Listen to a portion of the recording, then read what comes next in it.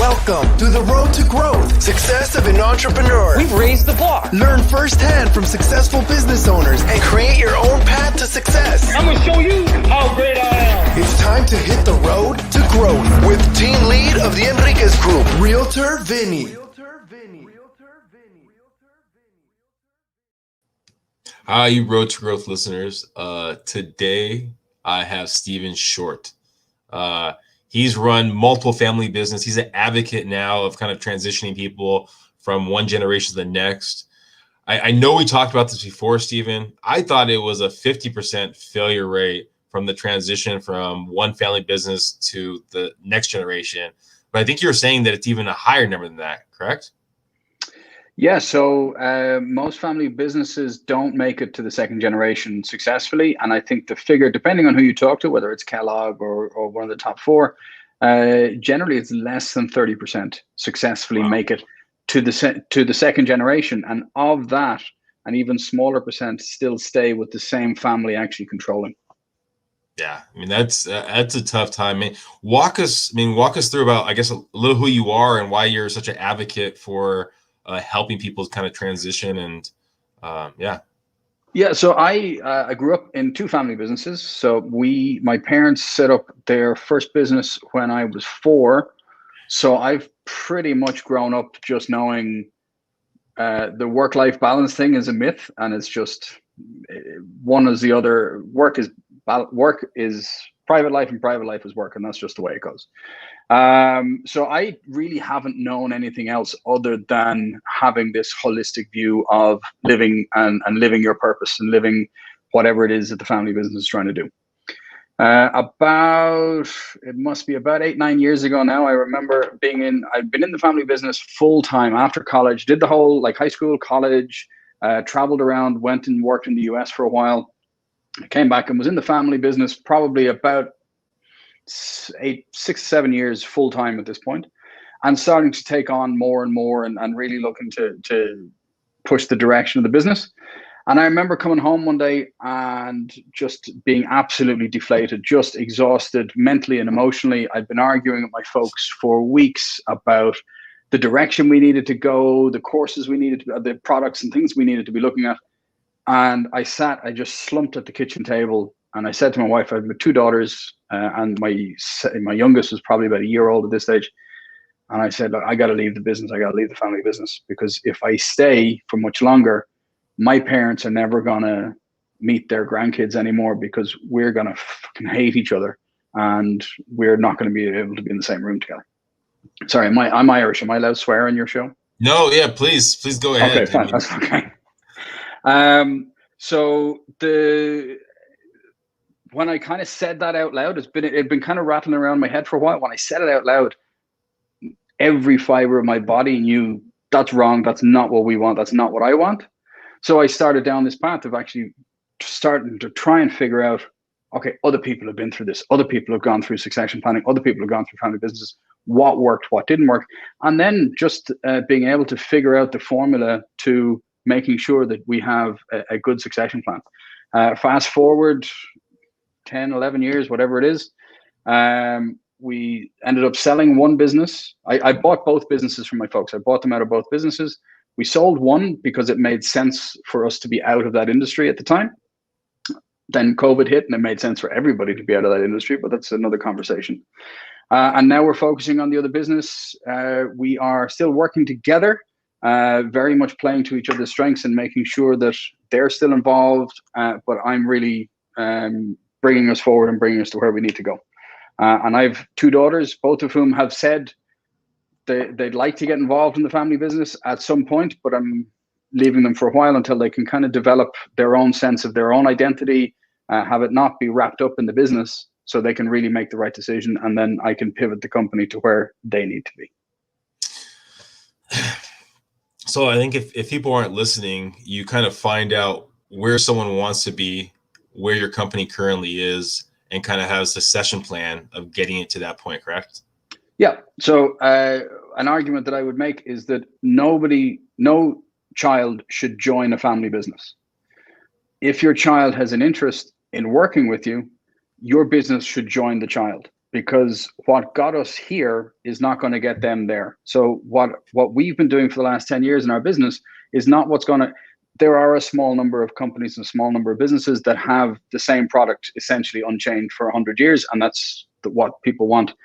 But we've all seen it in our own businesses. How different are our businesses now, COVID aside, than where we started 10 years ago? We've done different things. We've adopted new technologies. We've looked at new ways of getting products out there. So in 10 years' time, it's going to look immensely different again. So we need to be able to have a look at what the strengths of our kids are, what the interests of our kids are, and then be able to, over time, align our company with them, as opposed to trying to force them into align with our company. And I think you might have answered my question. It was something that kind of popped in my head when you're telling me about, getting your kids involved, figuring out their strength, and kind of working your company towards them. Is I've had people on here that partnerships. They start a company together as a partnership, and they're trying to figure out, okay, well, what do you do? What do I do? And once they kind of overlap, sometimes there's a disconnect and some fighting. How is that partnership now with you and your parents, being that you're kind of guiding the ship, yet they're still involved, and how does that kind of play out? Yeah, I can tell you from experience that when we were starting that whole kind of change of power dynamic, that caused a lot of tension. And it was because they're still my parents at the end of the day, which means when I swear at home, they still give out to me. So I'm 43 years of age. They're still my parents. So they're still guiding me, and they will always be my parents. But part of it is, I think, because part of our business is also so much to do with personality, psychology. We do a lot of career guidance, we do selection, we do leadership coaching. So we are very innately aware of pulling out people's strengths and being able to spotlight people's strengths, identify where they might have growth areas, and then be able to say, okay, well, these are your strengths and this is what you want to do. So you need to get somebody to do this. So from any kind of succession planning, whether it's family or not, what do you bring to the table? What do you need somebody else to bring to the table? That's who you need. And I'm sure you've had it with co-founders. People who are the same, they don't last long. You have to have people who are not opposites, but complementary with shared values. And once you have those conversations and you think much more long-term than we're probably used to as business owners, we might have the 1 year or the 5 year plan. The 10-year plan, the BHAG, the 30-year plan is always very hazy. Like in general, we have to operate at much shorter levels. But when you start to think of your business in terms of the generations yet to come, and that was a core fundamental belief of Arthur Guinness when he started the Guinness factory here in Ireland. He signed a 999-year lease, something was unheard of at the time. And he had a very unique motto, which was think in terms of generations next to come or yet to come. It's not about me. It's not even about my kids. It's about their kids' kids. What can we do to think about this in a long-term way? So having that mindset of looking further out, having a look at where your kid is now. So if you've got a 16, 17-year-old who has a different set of ideas and a different personality to you, so the 6 different leadership types: results leader, process leader, people leader, thought leader, data leader, and results leader. What got you where we are now might not get the company 20 years down the road. But if you can build it, let's say you're the outgoing, gregarious, kind of stereotypical CEO founder of this organization, you're just attracting business to you all the time. But your kids are much quieter. They've kind of grown up in your shadow and they haven't had the chance to shine so much. They're much more process orientated. Then you need to start building processes and building things within your company for them to be able to come in and competently take over, not do what you've done. They have to do it their way. So you have to mold it to them. And correct me if I'm wrong. Didn't you, going back into your childhood, you worked with your family, had to leave, and then came back, right? And that's kind of learning who you are as a person. So how, and you can maybe kind of talk about your own journey, is a 16-year-old, how do you know a 16-year-old is going to want to be part of the family business when they're 22, 21, whenever later in life? So there's another thing that I talk to entrepreneurs about, especially founders of bigger companies where they actually have processes in place. There's a very good friend of mine who is a presentation coach, and he has a mantra that an audience can't enjoy a talk more than the presenter enjoys giving it. So you've got to up your energy when you're on stage. The audience can't enjoy it more than you do. The same is true of entrepreneurship. If you come home and all you do is complaining about the morons that work for you and the people who never do anything right, and you just talk about the problems that exist in your company, all your kids are going to hear is working for yourself sucks. But if you actually are sharing with them and go, look, this was amazing. I really saw growth in this, or we tried this new project and it worked. And you actually share the ups and the downs, not just sharing the negative side of it. It's going to be more attractive for the kids as they're growing up to go, Jesus, that sounds like fun. Or, oh, I could really see myself maybe not doing that, but doing that part of it. That sounds really interesting to me. And having that element of it, because I think there's another maxim, you can't be what you can't see. And if all you see is negativity of working for yourself, you might actually have the personality for it. You might have the bent for it. You might have the drive. But thinking, geez, I don't want to do what he does because his job sucks. But he actually enjoys his job. So having that conversation and having that dynamic at home helps shape the kids at a younger age. I mean, I love that idea. And I guess I never heard it that way, about the idea that when you're presenting to a group, right, the audience can't love it more than you love it. I sold cars for when I was, I think I was right out of high school. Horrible car salesman. But I remember one of the guys told me, right, I was only there for like maybe a month, but there was the cars that they had the rear view mirrors that you can kind of churn a little bit, right? And he goes, you have to be excited about it. It doesn't matter what it is. Go, you see right here? You just churn that, get in tight spots. And it's your excitement kind of mirrors their excitement, and they just start loving it. And it could be the stupidest thing, but it's like people want to like feel on that same level. So I love the way that you put that right there, that you have to exude the energy, because who's going to want to be part of a company where you're not excited about it? Yeah. So it's something, I have a default thing. So when my daughter was born, I was doing one of these management courses in Dublin, and over the course of a conversation with people, I made what has to this day been a life-altering decision and a habit change for me. So in Ireland, when you ask somebody, how are you doing? The default answer is, I'm not too bad. Because in Ireland, we expect that we are going to be bad. We expect we don't deserve to be in any way happy. Oh. So that's why we say, I'm not too bad, which actually is as good as it gets for an Irish person when you ask them how they're doing. So I actually decided many years ago, like my eldest is nearly 14 now, so it must have been about 12 years ago, I decided, right, whenever anyone asks me, I'm going to default to, so how are you? I'm wonderful. I'm amazing. I'm great. And you can see the difference in people because they're expecting sure, I'm grand, or I'm not too bad. But when they hear the amazing, they're like, oh, what the fuck is wrong with you? But it changes the dynamic. So if you're always talking in a negative way or always talking in a positive way, it shifts the perspectives of those around you, of you and what you're doing. I started saying, and maybe I should go more to the awesome. I go, I'm doing good, but it can always go better.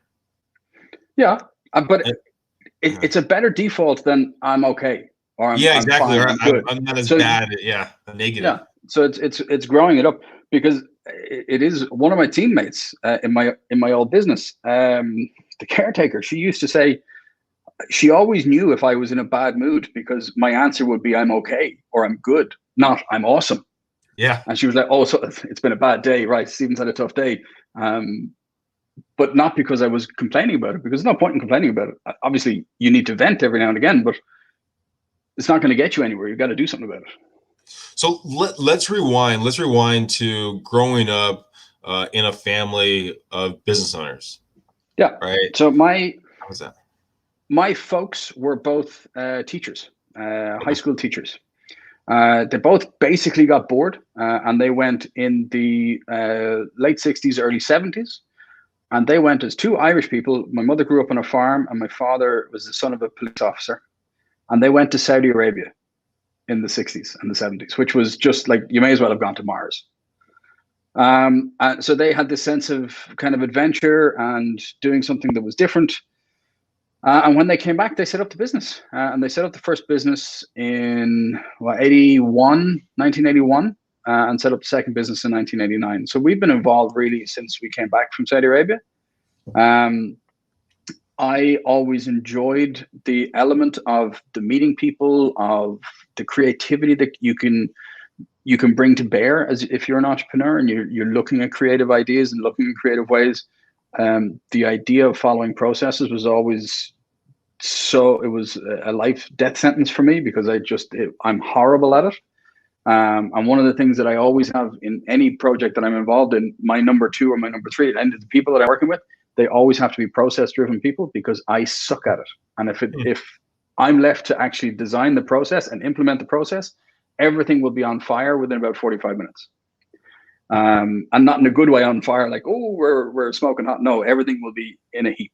So and understanding the strengths and what people bring to the table and what people bring to the organization is key for me in being able to get, okay, I know that project, this person's going to be great for it, or I need somebody to look at this person's going to be great for it. And within my family, so my mother is very process driven and process orientated. My father is much more gregarious, but he's also process driven.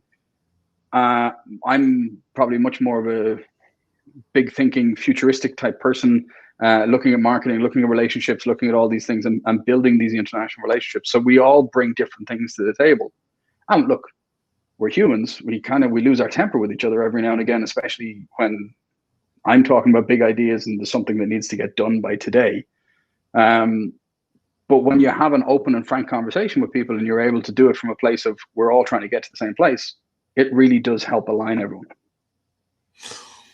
So how does that conversation go? If you're looking at the day in a different light, you're looking more big picture, they're looking at more micro, right? Mm-hmm. How does that conversation go? Do you have a system in place that you guys communicate best in, or how does that work? Yeah. So, I mean, the kitchen table can be the boardroom table, which is a good idea when things are good, but when things start to get tense, we found it's better to go for a meal. It's go out somewhere else, a neutral place, a different restaurant, and actually have a conversation over lunch about it. To go, okay, look, I know we need to get this done now, but I think we're focusing on this, and this is going to bring us in a direction that is not where we want to be going. So we can both recognize we're going in this direction, but if we spend all this time focusing on this, we're going to miss an opportunity, which is going to make us go in this direction. And having that conversation in a neutral place. So they're not coming to my office and I'm not coming to their office, and we're not meeting at the kitchen table on a Sunday evening with my kids and then we're shouting at each other. So having that other space to go to is very useful. How did you come to the realization that having a neutral space was the best way of getting something resolved?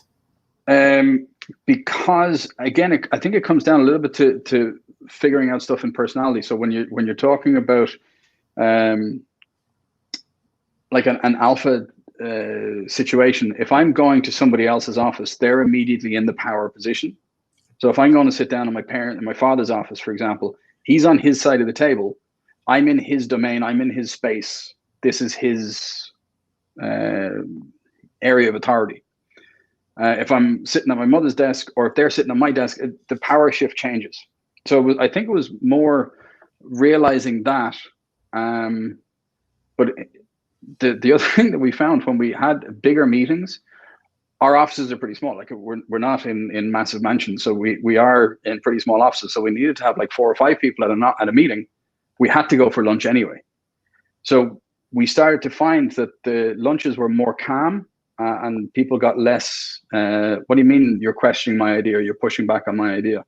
When we were in another space. So I think we just naturally started moving in that direction. And then we realized, okay, if things are getting tense, we need to go elsewhere. I mean, talking about being tense, being the family squabbles, things like that. If let's say someone's listening right now and they're building that platform to transitioning to their child, right? How do you lay the groundwork of saying that when the actual transition happens, that now I'm in charge, I have the final say? I mean, that's what it sounds like in your current company, that situation with your parents. Yeah, so there's a couple of steps that I have. Like I've loosely put them in P's. So the first P then is plan. So what is it that the current generation wants to accomplish? So they want to get out in the next 5 years. They want to get out in the next 3 years. or do they see themselves being here for the next 20 years? I would strongly advise against that. I would say 5 years is the maximum window, that once you're saying, okay, I'm handing over, 5 years is the max. Then the next generation also has to have a plan, but their plan has to be longer. So theirs is very much the 10-year, where are we looking to get to? So we're going to get to the 5 year, but what's the ultimate future vision? And then to have a discussion and a frank and open discussion about that. The current generation has to bear in mind that this phrase of what got you there is not going to get them there. What got you here is not going to get them there. So it is going to be different thinking. They're not attacking what you've done up to this point. What they're saying is what they need to do to scale, to grow. So there's a slight mindset shift in that. So the plan then, that's the shorter term plan for when the current generation is looking to get out of the business. And then the next generation, or what I call the next generation entrepreneur, brings the business forward.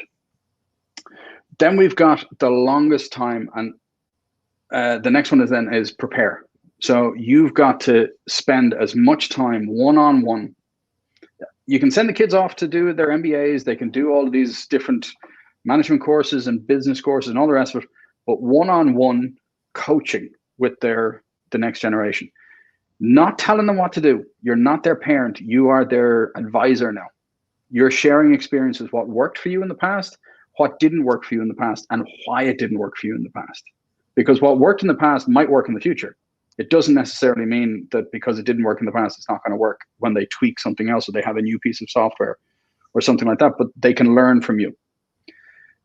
So I spoke with Rolf Schrongwins, who's a friend of mine, who's the founder of Trivago. I don't know if you're familiar with Trivago in the US. So he's transitioned now. He was the CEO and he's now just on the board. He's the chairman of the board. And one of the things that he said, he spent the most of his time over the years that he was transitioning out, spending as much one-on-one time with the new management team as possible, because they had to know as much of the history as possible to be able to make the right decisions based on the values and the experience. But it was ultimately their decision to make. They were going to be the ones running the company. And he had to be able to step out and not be overreaching, stepping back in, because once he's out, he'll never have all of the information. So he wanted to make sure he spent as much time helping his next generation to be ready as possible. That's and then the next one is promote. So you've got to be the herald. You've got to actually hand off the baton to the next generation. You've got to be able to hand over control and let them go. You've got to publicly support them within the company. Whenever people come to, let's say, consult with the current generation, when the next generation is taken over, they might be, oh, I don't really like that idea. I'll go talk to dad over here and see what he says. The current generation, the people stepping back, they have to unfalteringly support whatever is being done publicly.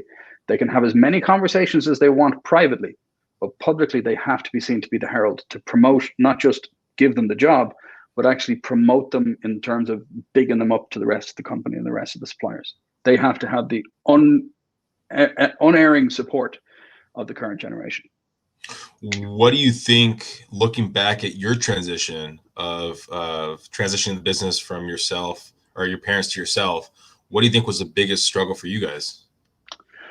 The plan, the first part of it, we were not planning far enough in advance to be able to see where we were going. We were still quarterly or yearly goals and yearly transit and yearly talks about what was happening.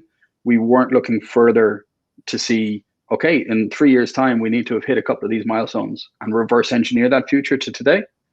And for me to be able to, it was only really when I got in and started taking over more of the reins that I was looking further and further down the road. I think that transition would have been easier because my parents would also have a clearer view of where I wanted to bring the company. And it wasn't to run it into the ground. I know you left the company and then came back to the company. Besides that small leaving, right? Yeah. Was there another time that you were about to say, I'm going to start my own thing. I want to leave this company. I don't want to be part of it. Yeah, it was that time when I came home and I sat down at the kitchen table and it was like, my parents are never going to talk to my kids again. if I don't do something about it. I thought my only way out was to leave the company. When I left the company the first time, it was when I finished college. I went and I got experience in the US for a while. I went working in the US and came back. That was the reason that I left. It wasn't any falling out with the family. There was always the intention when I went to the States to come back and work in the family business. When you said that, okay, well, I might have to leave this company for my kids and see my parents, what was that, I guess, driving force to say, no, I'm going to stay with this? What was that? To be honest, there was a visceral reaction in every cell of my body. It was like the idea of not working and not being with my parents, or having an animosity towards my parents and people in general, it was so anti everything that I wanted to do in my life. Even though I hadn't clearly defined my why at that point, I hadn't really figured out what it was.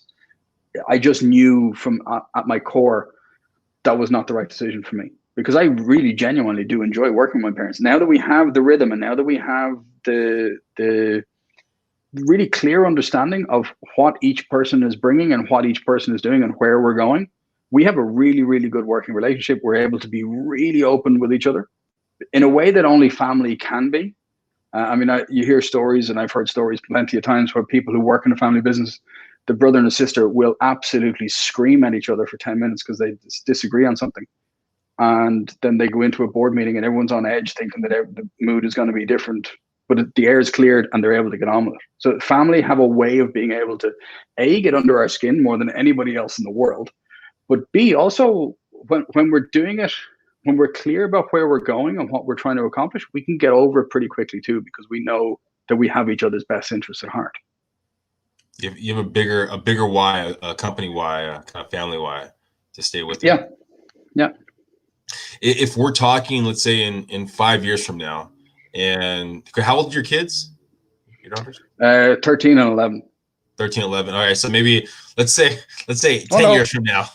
5 years. 5 years. Okay, 5 years. All right. Let's say 5 years from now, what's going to be the onboarding process for bringing on your kids? Have you thought about that yet? Oh yeah, absolutely. So I'm a big believer in creating side projects for next generation to run to cut their teeth. So in the summer, in the language school business that we had, I ran the summer schools for years and years and years. And that was how I got to learn about managing people, managing timetables, dealing with agents, dealing with inquiries. And it was a short period of time. So in the summertime, you ran the school, it was really intense. But then look, if I really fucked up, everyone went home in 3 weeks anyway. So we can start again next year. So that's how I learned and how I got into built up the muscle really of managing and leading. And then I get more and more involved in the main business, and then everything was brought in together and it was all one big organization. So I'm a big believer in trying out things that are of interest to your kids that they can have a go at. And if it's not successful, okay, you just leave it off and we try something else. If it is successful and it starts to take off, it's just folded back into the group and it becomes part of the main business. Or you might decide, there's a great story of a sunglasses company in South Africa. I'm just trying to remember the name of them. I just had them recently. Really long-standing company for sunglasses, really great brand, but the brand was starting to get a little bit old. And the guy's son, they were talking about the son coming into the business. And he was like, yeah, I don't want to really do that. I want to do something young and cool. So they kept all of the resources. They kept the contacts, the manufacturing, everything they knew about making the sunglasses, and they created a brand new brand, which was aimed at his demographic and aimed at what he wanted to be doing. And they spun it out, and that has become a bigger company. So they've taken all of the stuff that they learned, but they actually went, look, the next generation is going to lead this in a different direction. And that's the part that has been growing exponentially. So I'm a huge believer in having these parallel programs, and then if they work, brilliant, bring them in or move over to them completely. And if they don't, look, you've learned something. You give them kind of the slack to prove themselves, to prove basically their worth, prove their out of the box thinking. this is how we can get our kids and our next generation to be entrepreneurial, but we can still give them a head start. They have all the resources that they need from us. They might not necessarily want to do exactly what we do, but they can do something similar and use our resources, and the business can continue, and the jobs can continue, and the people are employed. They might change over. There's different things that they can do, but it means that the company doesn't die when the founder dies. So I know you do some keynote speaking. You're part of a lot of different platforms. You're an advocate to help out transitions, help out the youth, things like that. If people are listening right now and they want to kind of hear your journey, follow you, what's the best platform for them to kind of stay in touch? Well, if they go to either stephenshortt.com, so my name, stephenshortt.com, or successfulsuccession.com, they'll get all of my details there. Okay. Well, thank you, Stephen, for being part of the Road to Growth podcast. Yeah. My pleasure. Thank you very much. It's been a great talking to you. And I do hope we talk. And in 5 years' time, maybe one of my daughters will be sitting here and we'll be able to talk to you too. Oh, I can't wait for the day. I can't wait for the day. That'd be fun. I'll see you in the background waving. Yeah. Should be on some kind of different device. I won't understand it. Yeah, exactly. Thanks, Stephen. Everyone. Thanks very much. Please subscribe, please share, and follow Stephen.